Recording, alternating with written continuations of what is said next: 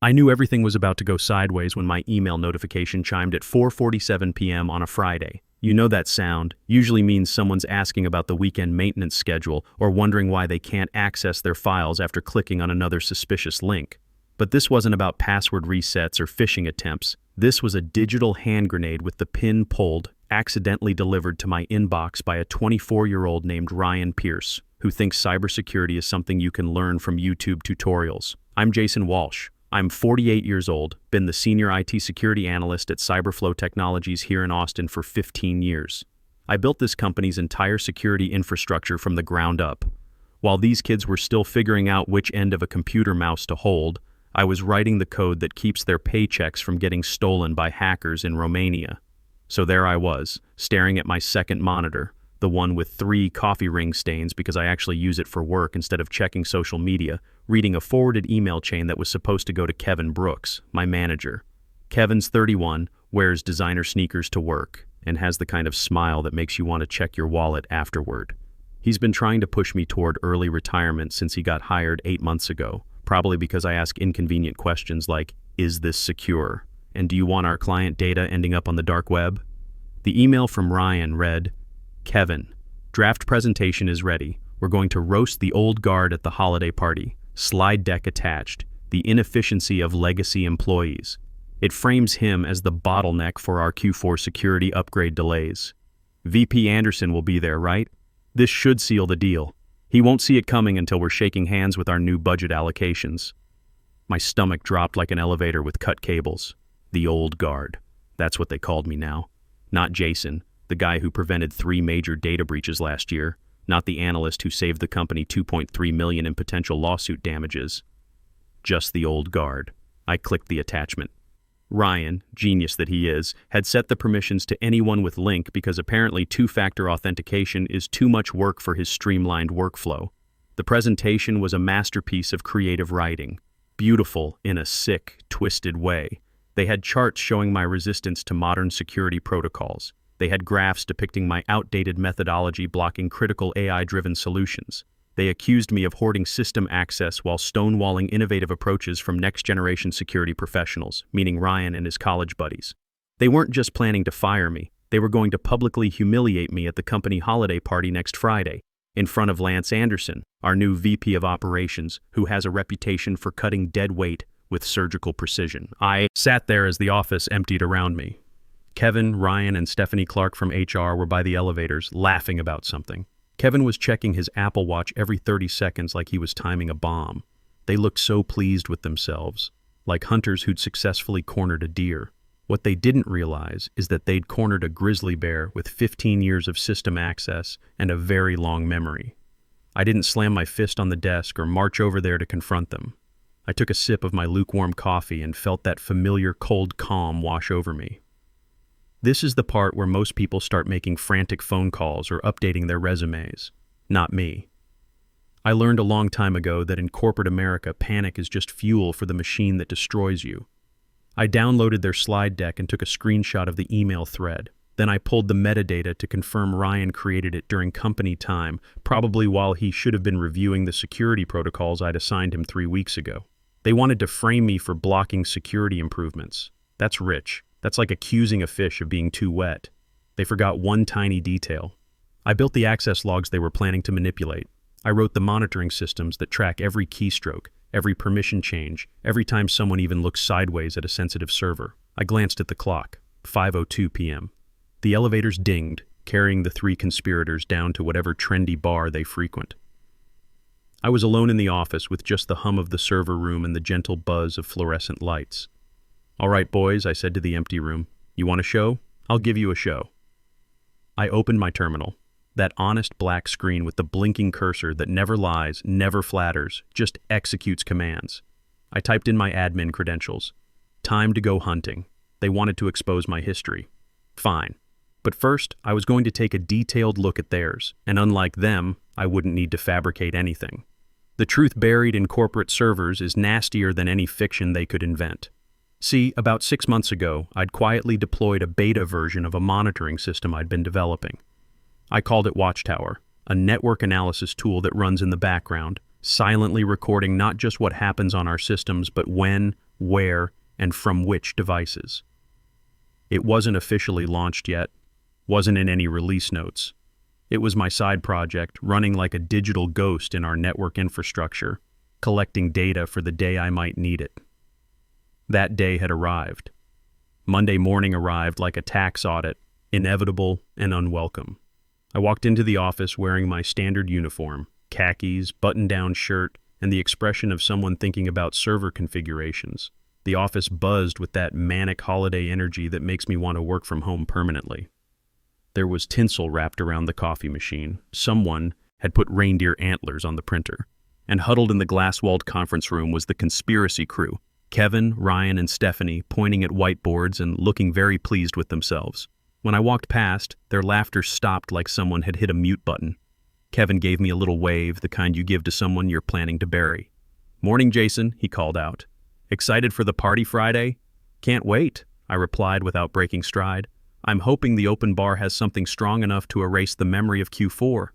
He laughed, a dry, nervous sound. "Keep your calendar clear around 8 p.m., okay? We have a recognition segment planned." Recognition segment. Corporate speak for public execution. "Wouldn't miss it," I said. While they were busy choosing fonts for my professional obituary, I was performing a digital deep dive into their entire work history. Watchtower had been watching, and what it recorded was going to make their little PowerPoint presentation look like amateur hour. I started with the basics.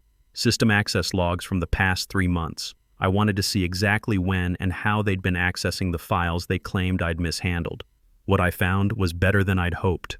Ryan's access patterns were a complete disaster. The kid had been logging in from unauthorized locations, coffee shops, his apartment complex, and most interesting, from an IP address that traced back to a residential building downtown. I cross-referenced that with our vendor database. Bingo. Secure Link Consulting. Kevin had brought them on board 4 months ago for strategic security modernization. The billing address matched the downtown IP where Ryan had been accessing our systems at 2 a.m. I dug deeper into the financial records. SecureLink was invoicing us $12,000 per month for vague services, threat assessment optimization, and legacy system integration. Over the past year, that added up to $144,000 for consulting work that seemed to consist mainly of Ryan logging in from their office at odd hours. I looked up SecureLink's incorporation documents. Public record, available to anyone who knows where to look. The registered owner, Rachel Brooks. Kevin's last name was Brooks. I went to Kevin's social media, public profile, because apparently cybersecurity managers don't understand privacy settings. Scrolled back 6 months. There it was, a photo from a family barbecue. Kevin with his arm around a woman. Caption: "Happy birthday to my brilliant sister Rachel and her new consulting business." The smoking gun wasn't just smoking, it was a whole fireworks display. Kevin was funneling company money to his sister's shell company, approving the invoices himself, and covering his tracks by planning to pin our security inefficiencies on me. But wait, there was more. I pulled up the change management logs for November 18th, the date their presentation claimed I had unilaterally blocked critical security updates. According to their slides, my resistance to change had caused a system vulnerability that required emergency patching. The log showed an approval from my account at 2:47 a.m. Problem is, I'm a 48-year-old guy with a mortgage and a 15-year-old pickup truck. I'm asleep at 2:47 a.m., not approving code deployments. Someone had used my credentials to authorize changes that resulted in a 6-hour system outage the next morning, an outage they blamed on legacy infrastructure limitations while positioning themselves as the heroes with the fix. Watchtower captured something beautiful: device fingerprints. Every computer leaves digital DNA, hardware signatures, browser configurations, typing patterns. The device that approved those changes under my name wasn't my workstation. It was a MacBook Pro registered to Kevin Brooks. They'd broken the system using my name, blamed me for the damage, then planned to present their fix as innovative thinking while painting me as the problem. It was elegant in a sociopathic way. I leaned back in my chair, watching Kevin through the glass walls as he practiced his presentation gestures. He had no idea he was walking into a wood chipper while humming Christmas carols. Around noon, I took a coffee break and walked past their war room. The whiteboard was covered with bullet points about modernization initiatives and legacy resistance patterns. They had my name circled in red marker like a target. Tuesday through Thursday crawled by like a software update on dial-up. The office was now fully weaponized with holiday cheer, aggressive sparkles everywhere, and a loop of Christmas music that violated several international treaties. While the conspiracy crew printed full-color handouts for their character assassination, I was deep in the digital evidence locker, cataloging their incompetence. It was worse than just the November 18th sabotage. Hidden folders, backdated security reports, falsified compliance documentation. Kevin hadn't just bypassed vendor security audits for SecureLink. He'd forged them entirely, copy-pasting my digital signature onto documents I'd never seen. The beautiful part? He was lazy about it. The pixelation on my signature was different from the rest of the document. It looked like a ransom note made of JPEG artifacts. By Wednesday, I had enough evidence to bury them all. But I wanted something more satisfying than a quiet termination. They'd planned a public execution for me. Fair's fair. Around 2 p.m. on Thursday, Cole Martinez, a junior developer I'd mentored, appeared at my desk looking nervous. "Hey, Jason," he mumbled, checking over his shoulder. "You going to the party tomorrow night?" "Planning on it." "Why?" Cole shifted his weight. "Listen, I shouldn't say anything, but I saw the presentation lineup. Kevin has this whole segment about modernization versus legacy thinking. You're going to be the example of what's wrong with the old approach." I kept my expression neutral. "Appreciate the heads up, Cole. Maybe call in sick, family." "Emergency?" I smiled, genuine this time, but not happy.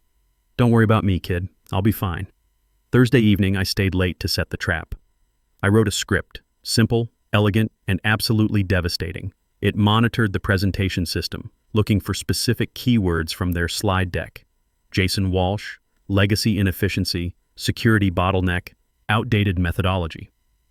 If those keywords appeared during a live presentation, my script would execute a single command: compile and distribute evidence.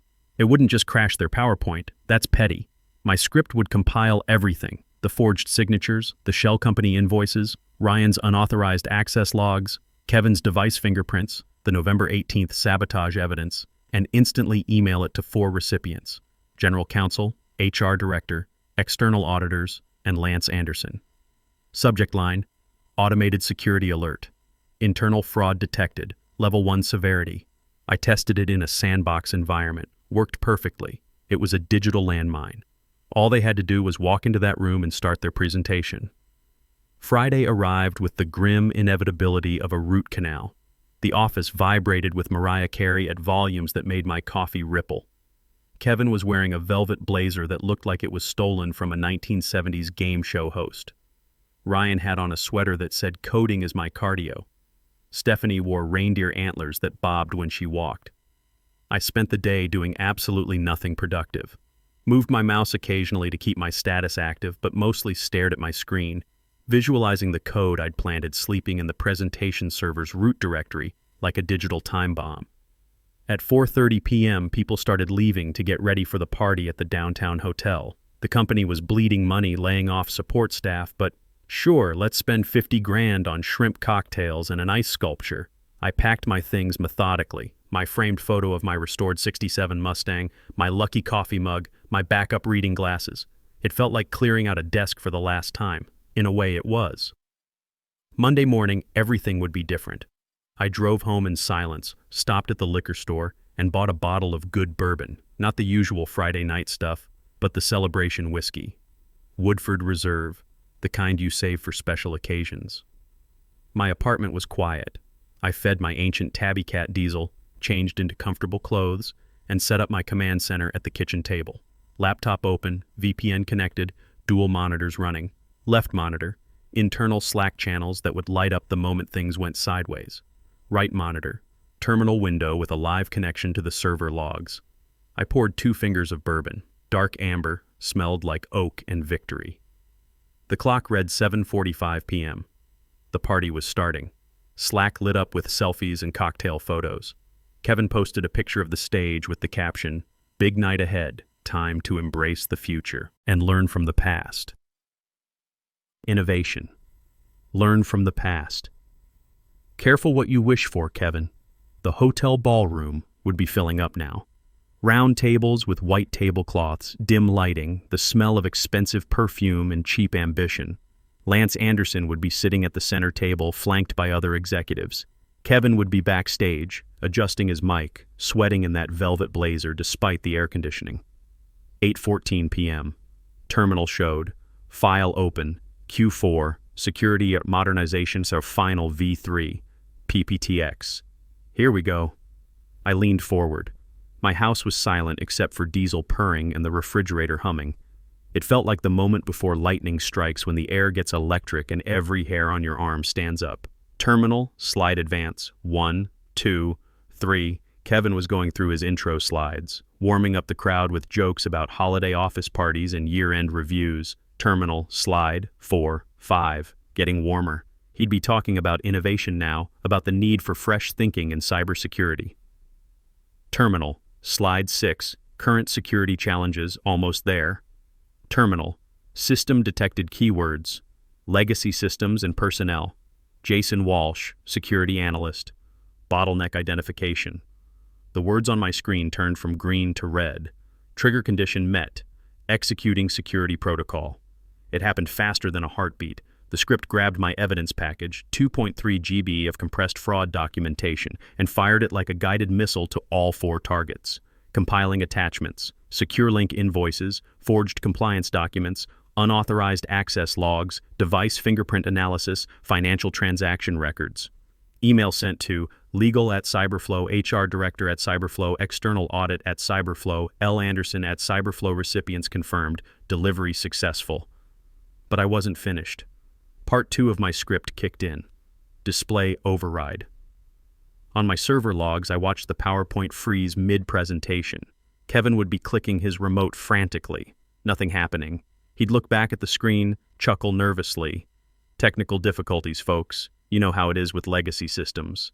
Then my script took over the projector feed. The screen went black. In plain white text, a single message appeared. Security breach detected. Unauthorized data manipulation identified. Incident report automatically generated and distributed to executive leadership. Please stand by for further instructions. 8:23 p.m. The Slack channel went dead silent. No more party photos, no more cocktail selfies. Then the typing indicators exploded like popcorn. What's happening? System crashed? The screen just went black. Look at Kevin's face. Is this a joke? I took a slow sip of bourbon. It tasted like 15 years of accumulated frustration finally finding release.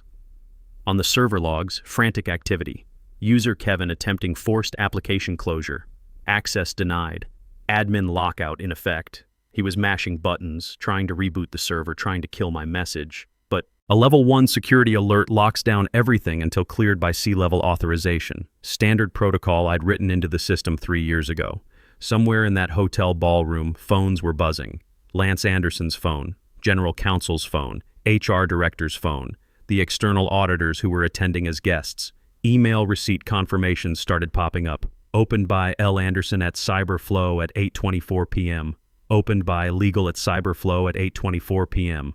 Opened by HR Director at Cyberflow at 8:25 p.m. I closed my eyes and let the silence wash over me. I wasn't a victim anymore. I wasn't the old guard waiting to be put out to pasture. I was the inevitable consequence of their own arrogance and greed. 8:28 p.m. My phone lit up like a Christmas tree. Caller ID, Kevin Brooks. I let it ring once, twice, 3 times. Let him sweat. Let him hear the sound of his career circling the drain. Finally, I answered. Hello, Jason, where the hell are you? Kevin's voice was an octave higher than usual. Background noise of a room in chaos. Confused voices, the clink of silverware being set down, the heavy silence of a party that had suddenly become awake. I'm at home, Kevin. It's Friday night. The system's crashed. The screen is locked on some security alert. The VP is asking questions. You need to log in and clear this right now. Did you check your email? I don't have time for email. The presentation is ruined. Just fix the screen. You should check it. Specifically, the automated security report that just went out to the board explains everything. Pause. Heavy breathing. The sound of a man realizing he's been outplayed. What did you do? I didn't do anything, I said, settling back in my chair with my bourbon. The system did it. Watchtower detected unauthorized financial transactions and forged documentation. Specifically, it found someone routing company funds to SecureLink Consulting while using stolen credentials to sabotage security protocols. The silence stretched like a tightrope over a canyon. "You can't prove anything," he whispered, but his voice had lost all its swagger. "Kevin, I built the system that caught you. Device fingerprints, IP geolocation logs, financial transaction records, forged signature analysis. It's all in the report that just went to the board of directors. Listen, we can work this out. I'll get you that promotion we talked about.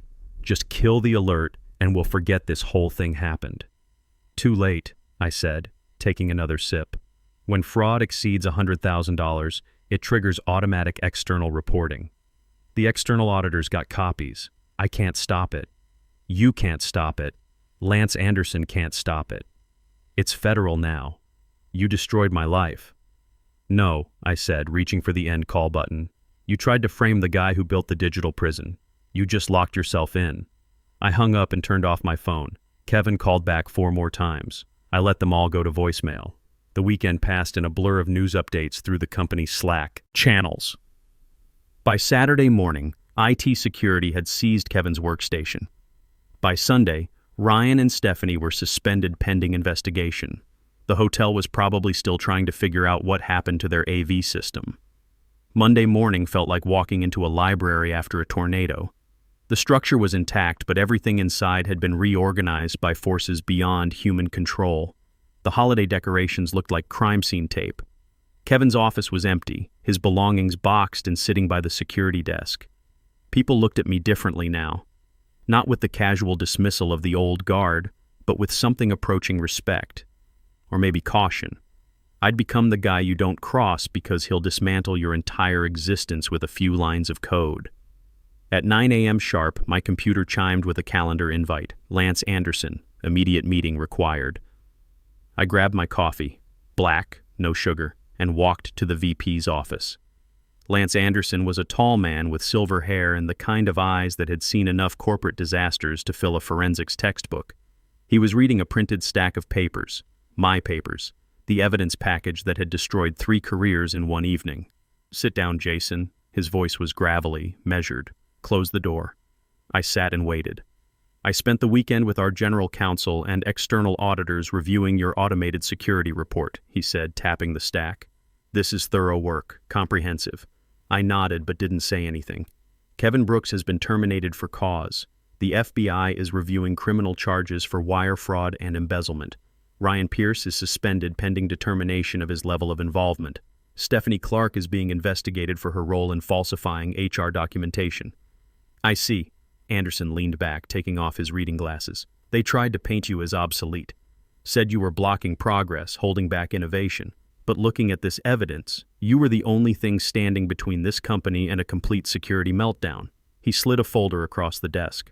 "I don't need a senior security analyst anymore, Jason. I need a director of cybersecurity. Direct report to me. Your own team, your own budget. You clean house and build this department the right way." I looked at the folder. Director position.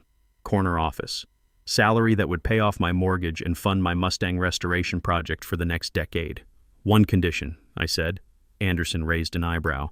"I want budget to implement Watchtower company-wide. Every department, every employee, full network monitoring with automated compliance reporting.